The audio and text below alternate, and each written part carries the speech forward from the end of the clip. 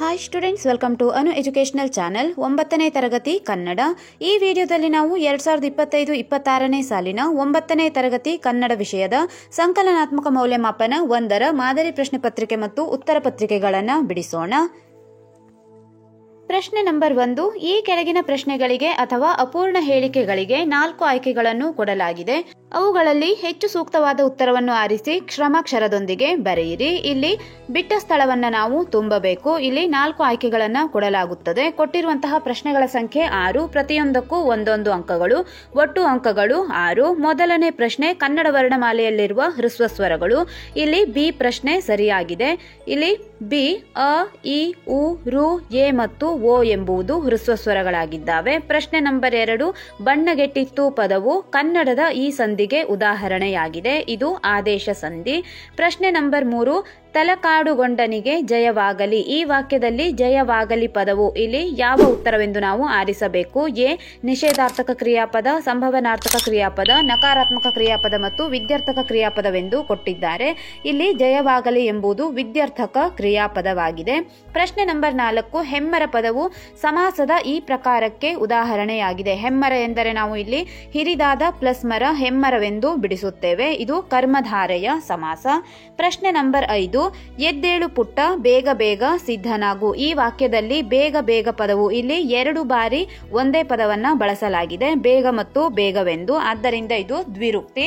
2 ಬಾರಿ ಬಳಸುವಂತಹ ಪದಗಳಿಗೆ ನಾವು ದ್ವಿರುಕ್ತಿ ಎಂದು ಕರೆಯುತ್ತೇವೆ.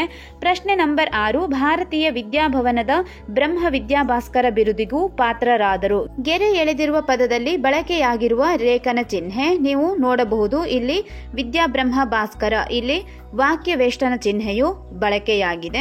ಪ್ರಶ್ನೆ ನಂಬರ್ 2, ಕೆಳಗಿನ ಪ್ರಶ್ನೆಗಳಿಗೆ ಮೊದಲೆರಡು ಪದಗಳಿಗಿರುವ ಸಂಬಂಧದಂತೆ 3ನೇ ಪದಕ್ಕೆ ಸರಿಹೊಂದುವ ಸಂಬಂಧಿ ಪದವನ್ನು ಬರೆಯಿರಿ. ಇಲ್ಲಿ 2 ಪದಗಳಿಗಿರುವ ಸಂಬಂಧದಂತೆ ನಾವು 3ನೇ ಪದವನ್ನ ಬರೆಯಬೇಕು. ಪ್ರಶ್ನೆ ನಂಬರ್ 7 ಗಮನಿಸಿ. ಹರ್ಷ, ಹರುಷ, ಪರೀಕ್ಷಿಸು, ಇಲ್ಲಿ ಉತ್ತರ ಪರೀಕ್ಷಿಸು ಎಂದು ಆಗುತ್ತದೆ. ಮ್ಯಾಲೆ, ಮೇಲೆ, ವಿಚಾರ, ವಿಚಾರ, ಇವು ಇಲ್ಲಿ ನೀವು ನೋಡಬಹುದು. ಹಳ್ಳಿ ಪದವನ್ನ ಇಲ್ಲಿ ಸರಿಯಾಗಿ ಬರೆಯಲಾಗಿದೆ. ಮ್ಯಾಲೆ ಎಂಬುದನ್ನ ಮೇಲೆ ಎಂದು, ವಿಚಾರ ಎಂಬುದನ್ನ ವಿಚಾರವೆಂದು ಕರೆಯಲಾಗುತ್ತದೆ. 9ನೇ ಪ್ರಶ್ನೆಯಲ್ಲಿ ಮನುಷ್ಯ ರೂಢನಾಮ, ವಿದ್ಯಾರ್ಥಿ ಎನ್ನುವುದು ಅನ್ವರ್ಥಕ ನಾಮವಾಗುತ್ತದೆ. ಪ್ರಶ್ನೆ ನಂಬರ್ 10, ಸಪ್ತಮಿ ಅಧಿಕರಣ, ಭಿಕ್ಷೆಗೆ ಸಂಪ್ರದಾನ. ಪ್ರಶ್ನೆ ನಂಬರ್ 3, ಈ ಕೆಳಗಿನ ಪ್ರಶ್ನೆಗಳಿಗೆ ಪ್ರತಿಯೊಂದಕ್ಕೂ 1 ವಾಕ್ಯದಲ್ಲಿ ಉತ್ತರಿಸಿ. ಇಲ್ಲಿ 7 ಪ್ರಶ್ನೆಗಳನ್ನ ಕೊಡಲಾಗಿದೆ. ಪ್ರತಿಯೊಂದಕ್ಕೂ 1 ಅಂಕಗಳು, ಒಟ್ಟು ಅಂಕಗಳು 7. ಪ್ರಶ್ನೆ ನಂಬರ್ 11, ಚೋಳರು ಮತ್ತು ಹೊಯ್ಸಳರ ನಡುವೆ ಯುದ್ಧ ಎಲ್ಲಿ ನಡೆಯಿತು. ಉತ್ತರ, ಚೋಳರು ಮತ್ತು ಹೊಯ್ಸಳರ ನಡುವೆ ಮಳವಳ್ಳಿ ಮತ್ತು ಮುಡುಕು ತೊರೆಗಳ ಬಳದಲ್ಲಿ ಯುದ್ಧ ನಡೆಯಿತು. ಪ್ರಶ್ನೆ ನಂಬರ್ 12, ಜಯಪುರದ ಜನರಿಗೆ ಯಾವ ಯಾವ ಬಣ್ಣಗಳು ಇಷ್ಟ. ಜಯಪುರದ ಜನರಿಗೆ ಕೆಂಪು, ಕಿತ್ತಳೆ ಮತ್ತು ಹಳದಿ ಬಣ್ಣಗಳು ಇಷ್ಟ. 13ನೇ ಪ್ರಶ್ನೆ, ಬುದ್ಧಿಶಾಲಿಯಾದ ರಾಜನು ಪ್ರಜೆಗಳನ್ನು ಹೇಗೆ ಪಾಲಿಸಬೇಕು. ಬುದ್ಧಿಶಾಲಿಯಾದ ರಾಜನು ದಂಡಾಧಿಕಾರಿಯಾಗಿ ಧರ್ಮದಿಂದ ಪ್ರಜೆಗಳನ್ನು ಪಾಲಿಸಬೇಕು.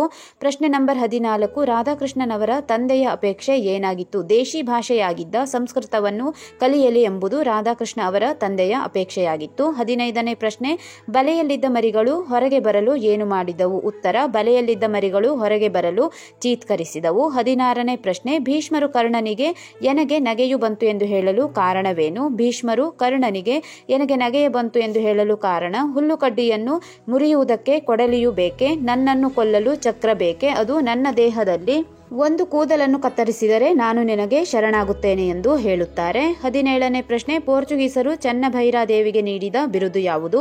ಇಲ್ಲಿ ಸರಿಯಾದ ಉತ್ತರವನ್ನ ನೋಡಿಕೊಳ್ಳಿ. ಪ್ರಶ್ನೆ ನಂಬರ್ 4, ಕೆಳಗಿನ ಪ್ರಶ್ನೆಗಳಿಗೆ 3-4 ವಾಕ್ಯಗಳಲ್ಲಿ ಉತ್ತರ ಬರೆಯಿರಿ. ಇಲ್ಲಿ 10 ಪ್ರಶ್ನೆಗಳನ್ನ ಕೇಳಲಾಗುತ್ತದೆ. ಪ್ರತಿಯೊಂದಕ್ಕೂ 2 ಅಂಕಗಳು, ಒಟ್ಟು ಅಂಕಗಳು 20. ಮೊದಲನೆಯದಾಗಿ ಅವಳಿ ದೇಗುಲಗಳ ವೈಶಿಷ್ಟ್ಯವೇನು. ಇಲ್ಲಿ ಉತ್ತರವನ್ನ ಬರೆಯಲಾಗಿದೆ, ಸರಿಯಾಗಿ ನೋಡಿಕೊಳ್ಳಿ. 19ನೇ ಪ್ರಶ್ನೆಯಲ್ಲಿ ದೂತನು ಹೇಗಿರಬೇಕು ಎಂದು ಕೇಳಿದ್ದಾರೆ.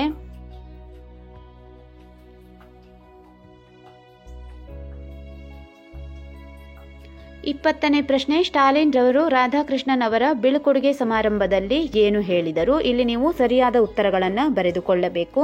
21ನೇ ಪ್ರಶ್ನೆ, ಶಿಕ್ಷಣದ ಮಹತ್ವವನ್ನು ಕುರಿತು ರಾಧಾಕೃಷ್ಣನ್ ಅವರು ಏನು ಹೇಳಿದ್ದಾರೆ. ಇಲ್ಲಿ ಎಲ್ಲ ಪ್ರಶ್ನೆಗಳಿಗೆ ನಾವು ಉತ್ತರವನ್ನ ಕೊಟ್ಟಿದ್ದೇವೆ. ಈ ಎಲ್ಲ ಉತ್ತರಗಳನ್ನು ನೀವು ಬರೆದುಕೊಳ್ಳಿ.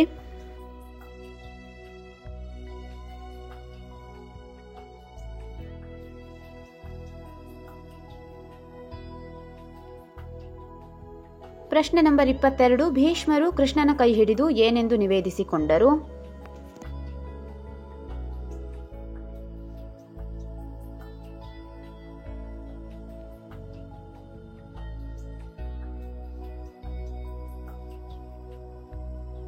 ಇಪ್ಪತ್ಮೂರನೇ ಪ್ರಶ್ನೆ, ಕವಿ ಎಂತಹ ಹಾಡನ್ನು ಹಾಡಿದಾಗ ವೀರಧ್ವನಿ ಏರಬೇಕು ಎಂದು ಬಯಸುತ್ತಾರೆ? ಇಲ್ಲಿ ಉತ್ತರವನ್ನ ನೋಡಿಕೊಳ್ಳಿ.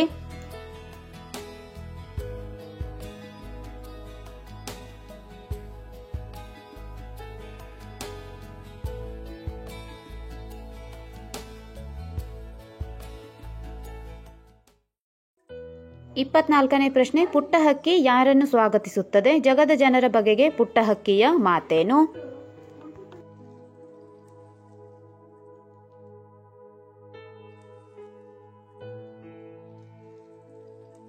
ಪ್ರಶ್ನೆ ನಂಬರ್ 25, ಶಬಲೆ ಹೇಳಿದಂತೆ ಪೋರ್ಚುಗೀಸರು ಯಾವ ಕಾರಣಗಳಿಗಾಗಿ ಯುದ್ಧಕ್ಕೆ ಸಿದ್ಧರಾಗಿದ್ದರು?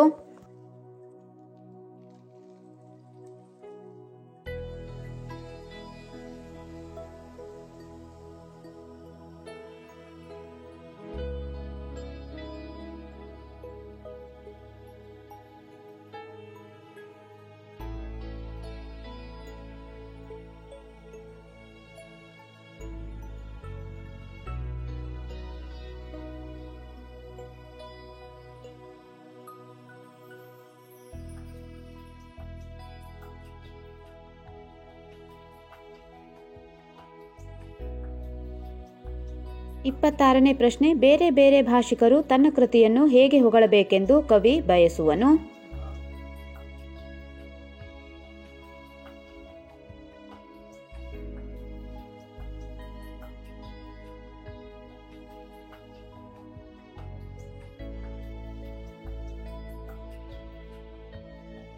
ಪ್ರಶ್ನೆ ನಂಬರ್ 27, ಭರತ ಚಕ್ರವರ್ತಿ ಓಲಗ ಮಂಟಪವನ್ನೇರಿದ ಸಂದರ್ಭವನ್ನು ಬಣ್ಣಿಸಿ.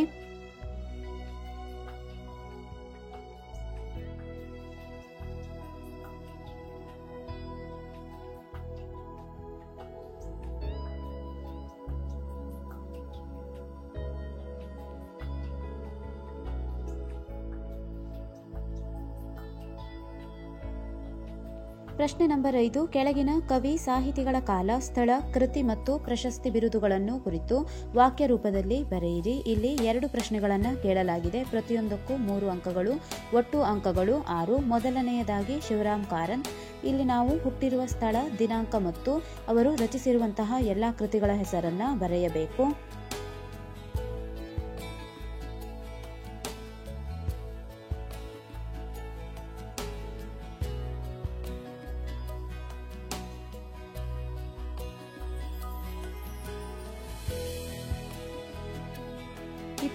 ರಲ್ಲಿ ಕಯ್ಯಾರ ಕೀರಣ್ಣ ರೈ ಅವರ ಕಾಲ, ಕೃತಿ ಮತ್ತು ಸ್ಥಳವನ್ನು ಬರೆಯಲಾಗಿದೆ.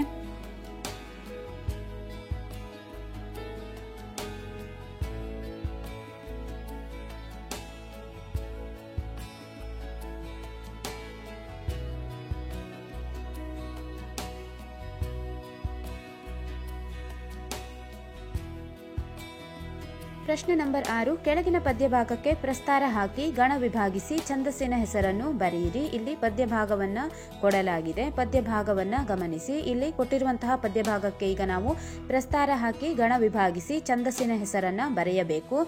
ಇಲ್ಲಿ ಒಂದು ಪದ್ಯಭಾಗವನ್ನ ಕೊಡಲಾಗಿದೆ. 3 ಅಂಕಗಳು. ಒಟ್ಟು ಅಂಕಗಳು 3.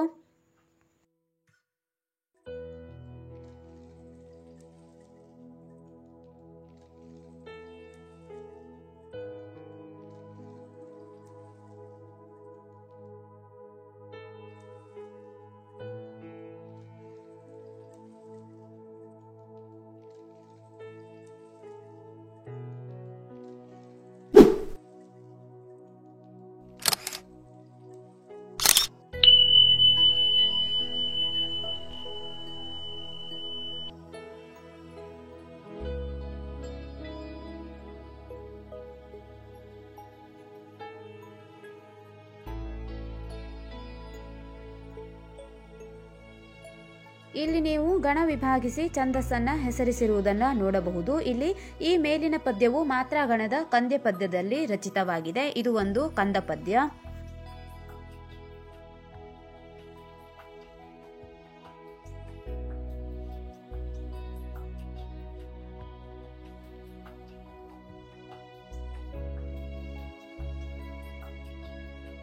ಪ್ರಶ್ನೆ ನಂಬರ್ 7, ಕೆಳಗಿನ ವಾಕ್ಯದಲ್ಲಿರುವ ಅಲಂಕಾರವನ್ನು ಹೆಸರಿಸಿ, ಲಕ್ಷಣ ಬರೆದು ಸಮನ್ವಯಗೊಳಿಸಿ. ಇಲ್ಲೂ ಕೂಡ ಒಂದು ಪ್ರಶ್ನೆಯನ್ನ ಕೊಡಲಾಗಿದೆ, 3 ಅಂಕಗಳು.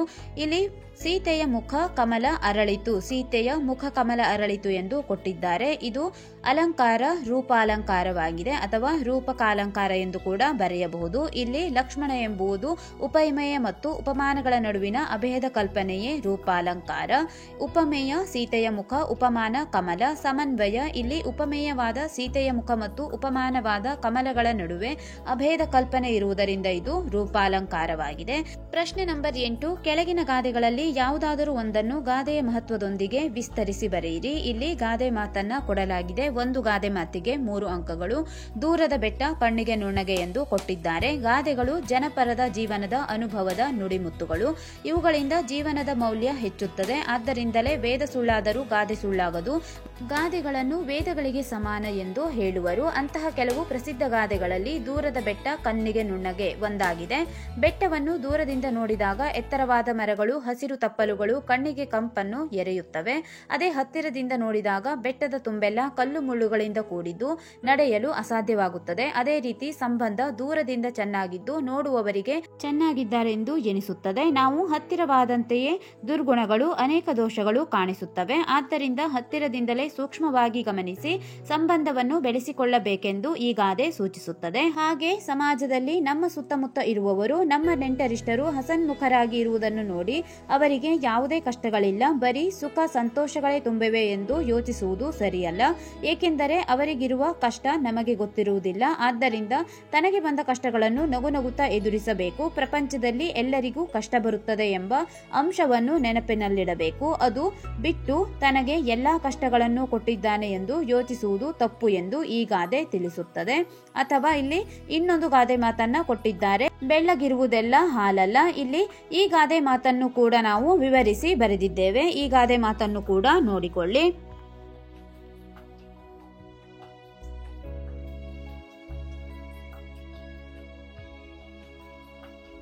ಪ್ರಶ್ನೆ ನಂಬರ್ 9, ಕೆಳಗಿನ ವಾಕ್ಯ ಅಥವಾ ಹೇಳಿಕೆಗಳಿಗೆ ಸಂದರ್ಭ ಮತ್ತು ಸ್ವಾರಸ್ಯಗಳನ್ನು ಬರೆಯಿರಿ. ಇಲ್ಲಿ ಸಂದರ್ಭ ಸಹಿತವಾಗಿ ನಾವು ಸ್ವಾರಸ್ಯವನ್ನ ಬರೆಯಬೇಕು. ಇಲ್ಲಿ 6 ಪ್ರಶ್ನೆಗಳನ್ನ ಕೇಳಲಾಗುತ್ತದೆ. ಪ್ರತಿಯೊಂದಕ್ಕೂ 3 ಅಂಕಗಳು. ಒಟ್ಟು ಅಂಕಗಳು 18. ಮೊದಲನೆಯದಾಗಿ 33ನೇ ಪ್ರಶ್ನೆಯಲ್ಲಿ ಪ್ರಾಚೀನ ಗುಡಿಗೋಪುರಗಳು ಗೂಬೆಯ ಮನೆಗಳಾಗಿದ್ದವು ಎಂದು ಕೊಟ್ಟಿದ್ದಾರೆ. ಇಲ್ಲಿ ಆಯ್ಕೆ ಸಂದರ್ಭ ಮತ್ತು ಸ್ವಾರಸ್ಯವನ್ನ ಬರೆಯಬೇಕು. ಇಲ್ಲಿ ಈ ಸಾಲನ್ನು ಶಿವರಾಮ್ ಕಾರಂತರವರು ಬರೆದಿರುವ ಅಬುವಿನಿಂದ ಬರಾಮಕ್ಕೆ ಪ್ರವಾಸ ಕಥನ ಬೆಡಗಿನ ತಾಣ ಜಯಪುರ ಗದ್ಯದಿಂದ ಆರಿಸಿಕೊಳ್ಳಲಾಗಿದೆ. ಇಲ್ಲಿ ಸಂದರ್ಭ ಮತ್ತು ಸ್ವಾರಸ್ಯವನ್ನು ಕೂಡ ನಾವು ಬರೆದಿದ್ದೇವೆ, ನೋಡಿಕೊಳ್ಳಿ. 34ರಲ್ಲಿ 1000 ಮೂರ್ಖರಿಗಿಂತಲೂ ಒಬ್ಬ ಪಂಡಿತ ಲೇಸು ಎಂದು ಒಂದು ಸಾಲನ್ನ ಕೊಡಲಾಗಿದೆ. ಇಲ್ಲೂ ಕೂಡ ಆಯ್ಕೆ ಸಂದರ್ಭ ಮತ್ತು ಸ್ವಾರಸ್ಯವನ್ನ ಬರೆದಿದ್ದೇವೆ. ಇಲ್ಲಿ ಈ ಸಾಲನ್ನು ಎನ್ ರಂಗನಾಥ್ ಶರ್ಮಾರವರು ಶ್ರೀಮದ್ ವಾಲ್ಮೀಕಿ ರಾಮಾಯಣಂ ಕೃತಿಯ ಅಯೋಧ್ಯ ಕಾಂಡ ಸಂಪುಟದಿಂದ ಆಯ್ದ ರಾಮರಾಜ್ಯ ಎಂಬ ಗ್ರಂಥದಿಂದ ಆರಿಸಿಕೊಳ್ಳಲಾಗಿದೆ. ಇಲ್ಲಿ ಸಂದರ್ಭ ಮತ್ತು ಸ್ವಾರಸ್ಯವನ್ನ ಬರೆದುಕೊಳ್ಳಿ. ಈಗ ಪ್ರಶ್ನೆ ನಂಬರ್ 35 ಗಮನಿಸೋಣ.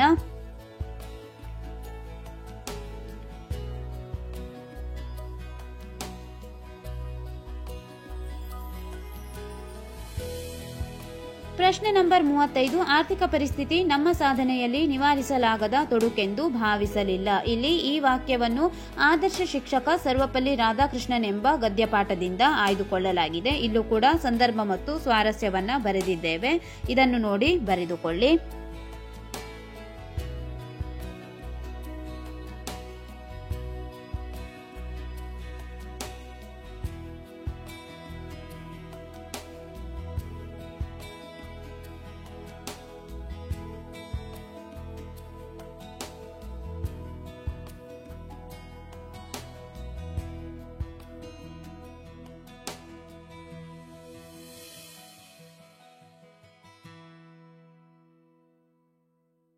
ಮೂವತ್ತಾರನೇ ಪ್ರಶ್ನೆ, ಒಳಗೆ ಬಂದಿತು ಬಳಿಗೆ ಬಿಕ್ಕಿ ಬಿಕ್ಕಿ. ಈ ವಾಕ್ಯವನ್ನ ಇಲ್ಲಿ ಸೂರಂ ಯಕ್ಕುಂಡಿ ಅವರ ಸಮಗ್ರ ಕಥನ ಕವನಗಳು ಎಂಬ ಕೃತಿಯಿಂದ ತೆಗೆದುಕೊಳ್ಳಲಾಗಿರುವ ಪಾರಿವಾಳ ಎಂಬ ಪದ್ಯಭಾಗದಿಂದ ಆರಿಸಿಕೊಳ್ಳಲಾಗಿದೆ.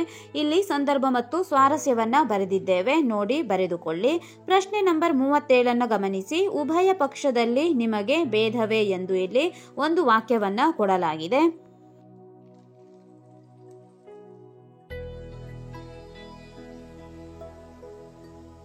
ಈ ವಾಕ್ಯವನ್ನು ಕವಿ ದೇವಿದಾಸ ಅವರ ಯಕ್ಷಗಾನ ಪ್ರಸಂಗ ಪಠ್ಯ ಕೃಷ್ಣ ಸಂಧಾನ ಭೀಷ್ಮ ಪರ್ವದಿಂದ ಆಯ್ದ ಚಕ್ರಗ್ರಹಣ ಪದ್ಯದಿಂದ ಆರಿಸಿಕೊಳ್ಳಲಾಗಿದೆ. ಇಲ್ಲಿ ಸಂದರ್ಭ ಮತ್ತು ಸ್ವಾರಸ್ಯವನ್ನ ಬರೆಯಬೇಕು.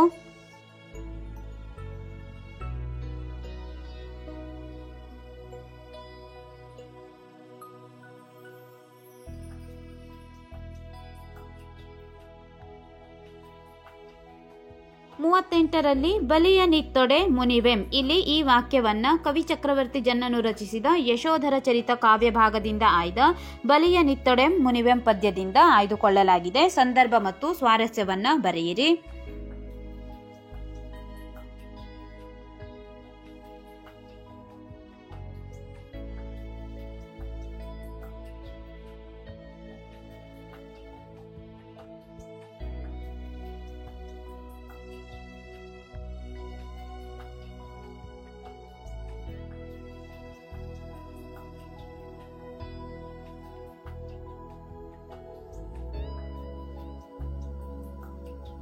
ಹತ್ತನೇ ಪ್ರಶ್ನೆ, ಈ ಕೆಳಗಿನ ಪದ್ಯಭಾಗವನ್ನು ಪೂರ್ಣಗೊಳಿಸಿ. ಇಲ್ಲಿ ಪದ್ಯಭಾಗವನ್ನ ಕೊಡಲಾಗಿದೆ. ದಟ್ಟ ಇದರಿಂದ ಡ್ಯಾಶ್ ಜೋಡಿ ಇಲ್ಲಿಯವರೆಗೆ ಬರೆಯಬೇಕು. ಇಲ್ಲವೇ ಅಥವಾ ಎಂದು ಇನ್ನೊಂದು ಪದ್ಯವನ್ನ ಕೊಡಲಾಗಿದೆ. ಹಗಲಿರುಳು ಡ್ಯಾಶ್ ಇಲ್ಲಿ ಪದ್ಯಭಾಗವನ್ನ ಪೂರ್ಣಗೊಳಿಸಬೇಕು. ಬಂದು ಅಲ್ಲಿಯವರೆಗೆ ನಾವು ಪದ್ಯಭಾಗವನ್ನ ಪೂರ್ಣಗೊಳಿಸಬೇಕಾಗಿದೆ. ಎರಡಲ್ಲಿ ನೀವು ಯಾವುದಾದರೂ ಒಂದು ಪ್ರಶ್ನೆಗೆ ಉತ್ತರಿಸಬೇಕು. ಇಲ್ಲಿ ಒಂದು ಪದ್ಯಭಾಗವನ್ನ ಪೂರ್ಣಗೊಳಿಸಿದರೆ ಒಂದು ಪದ್ಯಭಾಗಕ್ಕೆ 4 ಅಂಕಗಳನ್ನು ಕೊಡಲಾಗುವುದು. ಪ್ರಶ್ನೆ ನಂಬರ್ 11ರಲ್ಲಿ ಈ ಕೆಳಗಿನ ಪದ್ಯಭಾಗವನ್ನು ಓದಿ ಅರ್ಥ ಮಾಡಿಕೊಂಡು ಅಡಕವಾಗಿರುವ ಮೌಲ್ಯವನ್ನಾಧರಿಸಿ ಸಾರಾಂಶವನ್ನು ಬರೆಯಿರಿ. ಇಲ್ಲೀಗ ಕೊಟ್ಟಿರುವಂತಹ ಪದ್ಯಭಾಗವನ್ನ ಓದಿ ನೀವು ಅರ್ಥ ಮಾಡಿಕೊಂಡು ಇದರಲ್ಲಿ ಕೊಟ್ಟಿರುವಂತಹ ಮೌಲ್ಯವನ್ನ ಆಧರಿಸಿದಂತ ಸಾರಾಂಶವನ್ನ ಬರೆಯಬೇಕು. ಇಲ್ಲಿ ಈ ಒಂದು ಪ್ರಶ್ನೆಗೆ 4 ಅಂಕಗಳನ್ನು ಕೊಡಲಾಗುತ್ತದೆ. ಇಲ್ಲಿ ಕೊಟ್ಟಿರುವಂತಹ ಪದ್ಯಭಾಗಕ್ಕೆ ನಾವು ಸಾರಾಂಶವನ್ನು ಕೂಡ ಬರೆದಿದ್ದೇವೆ. ಇಲ್ಲಿ ಸಾರಾಂಶವನ್ನು ಬರೆಯುವ ಸಂದರ್ಭದಲ್ಲೂ ಕೂಡ ಪದ್ಯಭಾಗವನ್ನ ಬರೆದಿರುವಂತಹ ಕವಿ ಮತ್ತು ಯಾವ ಕವನ ಸಂಕಲನದಿಂದ ಆಯ್ದುಕೊಳ್ಳಲಾಗಿದೆ ಎಂಬುದನ್ನು ಕೂಡ ನೀವು ಮೊದಲು ಬರೆದುಕೊಂಡು ನಂತರ ಸಾರಾಂಶವನ್ನ ಬರೆಯಬೇಕು. ಮತ್ತು ಇಲ್ಲಿ ಕೊಟ್ಟಿರುವಂತಹ ಆಶಯವನ್ನು ಕೂಡ ಒಂದು ಸಾಲಿನಲ್ಲಿ ಬರೆಯಬೇಕಾಗಿದೆ. ಪ್ರಶ್ನೆ ನಂಬರ್ 12ರಲ್ಲಿ ಕೆಳಗಿನ ಪ್ರಶ್ನೆಗಳಿಗೆ 8 ಅಥವಾ 10 ವಾಕ್ಯಗಳಲ್ಲಿ ಉತ್ತರ ಬರೆಯಿರಿ ಎಂದು ಕೊಟ್ಟಿದ್ದಾರೆ. ಇಲ್ಲಿ 2 ಪ್ರಶ್ನೆಗಳನ್ನ ಕೇಳಲಾಗುತ್ತದೆ. ಪ್ರತಿಯೊಂದಕ್ಕೂ 4 ಅಂಕಗಳು, ಒಟ್ಟು ಅಂಕಗಳು 8. ಇಲ್ಲಿ 41ನೇ ಪ್ರಶ್ನೆ, ಚೋಳದೊರೆ ಕೋಲತ್ತುಂಗನು ಹೊಯ್ಸಳ ಸಾಮ್ರಾಜ್ಯದ ಮೇಲೆ ಯುದ್ಧ ಸಾರಲು ಇದ್ದ ಕಾರಣ ಹಾಗೂ ಪರಿಣಾಮಗಳನ್ನು ವಿವರಿಸಿ ಎಂದು ಹೇಳಿದ್ದಾರೆ. ಇಲ್ಲಿ ಪರಿಣಾಮಗಳನ್ನ 8 ಅಥವಾ 10 ವಾಕ್ಯಗಳಲ್ಲಿ ಉತ್ತರಿಸಬೇಕು.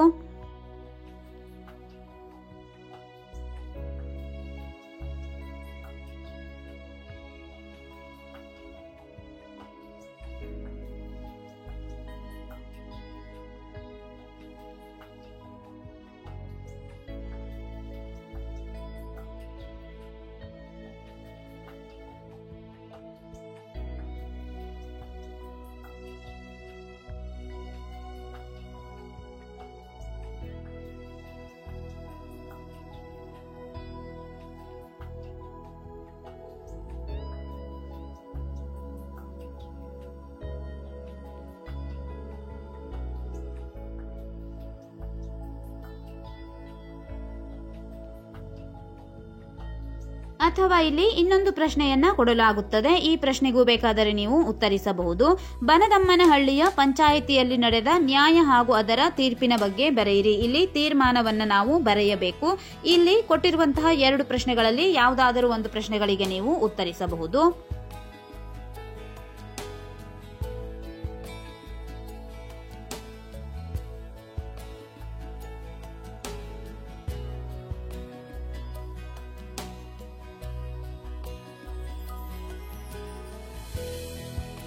ಪ್ರಶ್ನೆ ನಂಬರ್ 42, ಅಭಯ ರುಚಿಯ ಮಾತುಗಳು ಮಾರಿದತ್ತನ ಮೇಲೆ ಬೀರಿದ ಪರಿಣಾಮವನ್ನು ತಿಳಿಸಿ. ಇಲ್ಲೂ ಕೂಡ ಇನ್ನೊಂದು ಪ್ರಶ್ನೆಯನ್ನು ಕೂಡ ಕೇಳಲಾಗುತ್ತದೆ. ಇಲ್ಲಿ ನೀವು ಈ 2 ಪ್ರಶ್ನೆಗಳಲ್ಲಿ ಒಂದು ಪ್ರಶ್ನೆಗೆ ಉತ್ತರಿಸಬಹುದು. ಇಲ್ಲಿ 42ನೇ ಪ್ರಶ್ನೆಯ ಉತ್ತರವನ್ನ ಬರೆದು ತೋರಿಸಿದ್ದೇವೆ.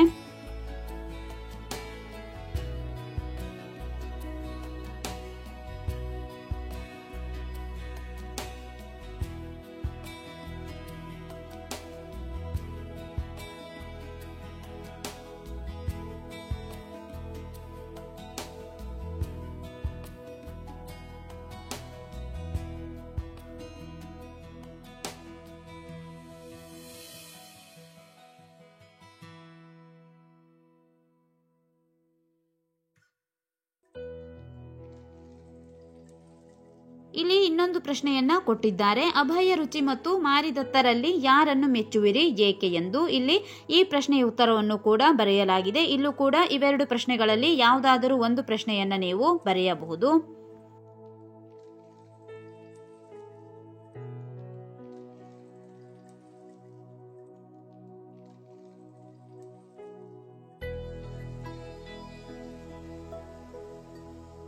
ಹದಿಮೂರನೇ ಪ್ರಶ್ನೆ, ಕೆಳಗಿನ ಗದ್ಯ ಭಾಗವನ್ನು ಮನಸ್ಸಿನಲ್ಲಿ ಓದಿಕೊಂಡು ಕೊಟ್ಟಿರುವ ಪ್ರಶ್ನೆಗಳಿಗೆ ಉತ್ತರ ಬರೆಯಿರಿ. ಇಲ್ಲಿ ಒಂದು ಪ್ರಶ್ನೆಗೆ 4 ಅಂಕಗಳನ್ನು ಕೊಡಲಾಗುವುದು. ಇಲ್ಲಿ ಪ್ರಶ್ನೆಗಳು: ಬಸಯ್ಯ ಭೂಮಿಯನ್ನು ಹೇಗೆ ಹದಗೊಳಿಸಿದನು? ಗದ್ಯ ಭಾಗವನ್ನು ನೀವು ಮೊದಲು ಪ್ರಶ್ನೆಯಲ್ಲಿ ನೋಡಿಕೊಳ್ಳಬಹುದು. ಗದ್ಯ ಭಾಗವನ್ನು ಇಲ್ಲಿ ಕೊಡಲಾಗಿಲ್ಲ, ನಾವು ಉತ್ತರವನ್ನಷ್ಟೇ ಕೊಟ್ಟಿದ್ದೇವೆ. ಇಲ್ಲಿ ಆ ಪ್ರಶ್ನೆಯಲ್ಲಿ ಬಸಯ್ಯ ಹೇಗೆ ಅಧಿಕ ಇಳುವರಿ ಪಡೆದನು ಎಂದು ಕೇಳಲಾಗಿದೆ. ಉತ್ತರವನ್ನ ನೋಡಿಕೊಳ್ಳಿ.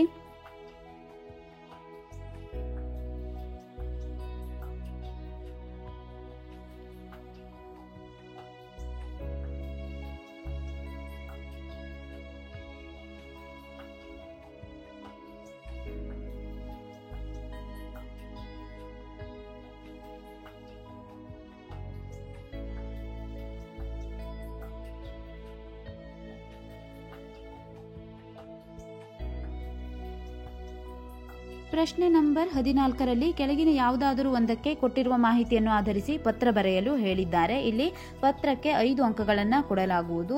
ಪರೀಕ್ಷೆಯಲ್ಲಿ ಒಂದು ಪತ್ರ ಬರೆಯಲು ಕೇಳಲಾಗುತ್ತದೆ. ಇಲ್ಲಿ ನಿಮ್ಮನ್ನು ಸರ್ಕಾರಿ ಪ್ರೌಢಶಾಲೆ ಬೀದರ್ನ ಮೋಹನ್ ಅಥವಾ ಮೋನಿಕಾ ಎಂಬ ವಿದ್ಯಾರ್ಥಿ ಎಂದು ಭಾವಿಸಿಕೊಂಡು ನಿನ್ನ ವಾರ್ಷಿಕ ಪರೀಕ್ಷೆ ಸಿದ್ಧತೆ ಕುರಿತು ಚಾಮರಾಜನಗರದಲ್ಲಿರುವ ನಿಮ್ಮ ತಾಯಿಯವರಿಗೆ ಒಂದು ಪತ್ರವನ್ನು ಬರೆಯಲು ಹೇಳಿದ್ದಾರೆ. ಇಲ್ಲಿ ಮೊದಲನೆಯದಾಗಿ ಯಾರಿಂದ ಪತ್ರವನ್ನ ಬರೆಯಲಾಗುತ್ತದೆ ಎಂದು ಬರೆಯಬೇಕು. ಕ್ಷೇಮ ಇವರಿಂದ ಎಂದು ನೀವು ನಿಮ್ಮ ಹೆಸರನ್ನ ಬರೆಯಬೇಕು. ಇಲ್ಲಿ ತಾಯಿಗೆ ಪತ್ರ ಬರೆಯುತ್ತಿರುವುದರಿಂದ ಪೂಜ್ಯ ಮಾತೃಶ್ರೀಯವರಿಗೆ ಎಂದು ನೀವು ಪತ್ರವನ್ನ ಪ್ರಾರಂಭಿಸಬೇಕು. ನಂತರ ಇಲ್ಲಿ ವಿಷಯವನ್ನ ವಿಸ್ತಾರವಾಗಿ ಬರೆದು ನಂತರ ನಮಸ್ಕಾರಗಳೊಂದಿಗೆ ಮತ್ತು ಇತಿ ನಿಮ್ಮ ಪ್ರೀತಿಯ ನಿಮ್ಮ ಹೆಸರನ್ನ ಇಲ್ಲಿ ಅಥವಾ ಇಲ್ಲಿ ಕೊಟ್ಟಿರುವಂತಹ ಹೆಸರನ್ನ ಬರೆಯಬೇಕು. ನಂತರ ಇಲ್ಲಿ ನೀವು ನಿಮ್ಮ ತಾಯಿಯವರಿಗೆ ಪತ್ರವನ್ನ ಬರೆಯುತ್ತಿರುವುದರಿಂದ ತಾಯಿಯವರ ವಿಳಾಸವನ್ನ ಬರೆಯಬೇಕಾಗಿದೆ. ಇಲ್ಲಿ ಇನ್ನೊಂದು ಪತ್ರವನ್ನು ಬರೆಯಲು ಹೇಳಿದ್ದಾರೆ. ನಿಮ್ಮನ್ನು ಶಿವಮೊಗ್ಗದ ಮುರಾರ್ಜಿ ಪ್ರೌಢಶಾಲೆಯ ವಿಜಯ್ ಎಂಬ ವಿದ್ಯಾರ್ಥಿ ಎಂದು ಭಾವಿಸಿಕೊಂಡು ನಿಮ್ಮ ಶಾಲೆಯಲ್ಲಿ ನಡೆದ ಪ್ರತಿಭಾ ಕಾರಂಜಿ ಕಾರ್ಯಕ್ರಮವನ್ನು ಕುರಿತು ವಿಜಯ ಕರ್ನಾಟಕ ಪತ್ರಿಕೆಯ ಸಂಪಾದಕರಿಗೆ ಒಂದು ಪತ್ರ ಬರೆಯಿರಿ. ಇಲ್ಲಿ ಸ್ಥಳ ಮೊದಲನೆಯದಾಗಿ ನಿಮ್ಮ ಹೆಸರು ಮತ್ತು ವಿಳಾಸವನ್ನ ಬರೆದುಕೊಳ್ಳಿ.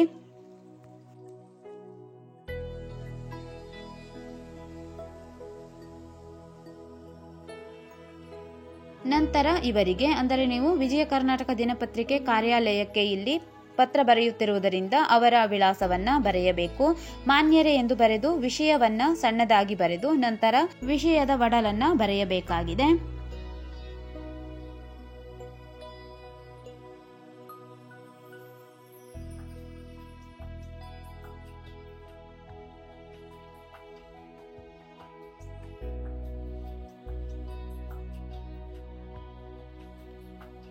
ಧನ್ಯವಾದಗಳೊಂದಿಗೆ ಇತಿ ನಿಮ್ಮ ಪ್ರೀತಿಯ ವಿಶ್ವಾಸಿ ಅಥವಾ ಇತಿ ಪ್ರೀತಿಯ ವಿಶ್ವಾಸಿ ಎಂದು ಬರೆದು ನಿಮ್ಮ ಹೆಸರನ್ನ ಬರೆದು ಇನ್ನೊಮ್ಮೆ ಇಲ್ಲಿ ಇವರಿಗೆ ಎಂದು ವಿಜಯ ಕರ್ನಾಟಕ ದಿನಪತ್ರಿಕೆ ಕಾರ್ಯಾಲಯದ ಸ್ಥಳ ವಿಳಾಸವನ್ನ ಬರೆಯಬೇಕು.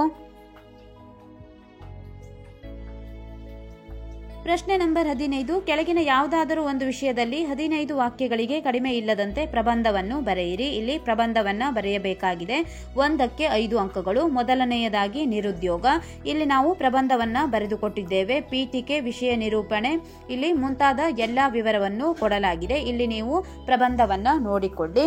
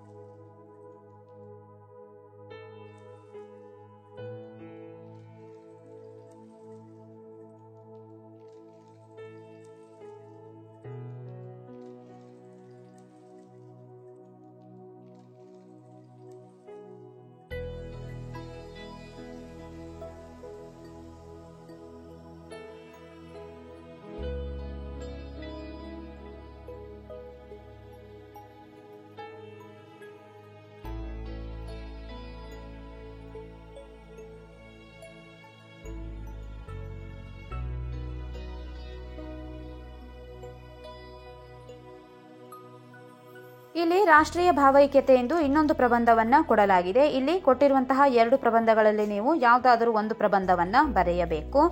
ಈ ವಿಡಿಯೋದಲ್ಲಿ ನಾವು 9ನೇ ತರಗತಿ ಕನ್ನಡ ವಿಷಯದ 2025-26ನೇ ಸಾಲಿನ ಮೊದಲ ಸಂಕಲನಾತ್ಮಕ ಮೌಲ್ಯಮಾಪನದ ಮಾದರಿ ಪ್ರಶ್ನೆ ಪತ್ರಿಕೆ ಮತ್ತು ಉತ್ತರ ಪತ್ರಿಕೆಗಳನ್ನು ಬಿಡಿಸಿದ್ದೇವೆ. ಮುಂದಿನ ವಿಡಿಯೋಗಳಲ್ಲಿ ಇನ್ನುಳಿದ ವಿಷಯಗಳ ಮಾದರಿ ಪ್ರಶ್ನೆ ಪತ್ರಿಕೆ ಮತ್ತು ಉತ್ತರ ಪತ್ರಿಕೆಗಳನ್ನು ಬಿಡಿಸಲಾಗುವುದು.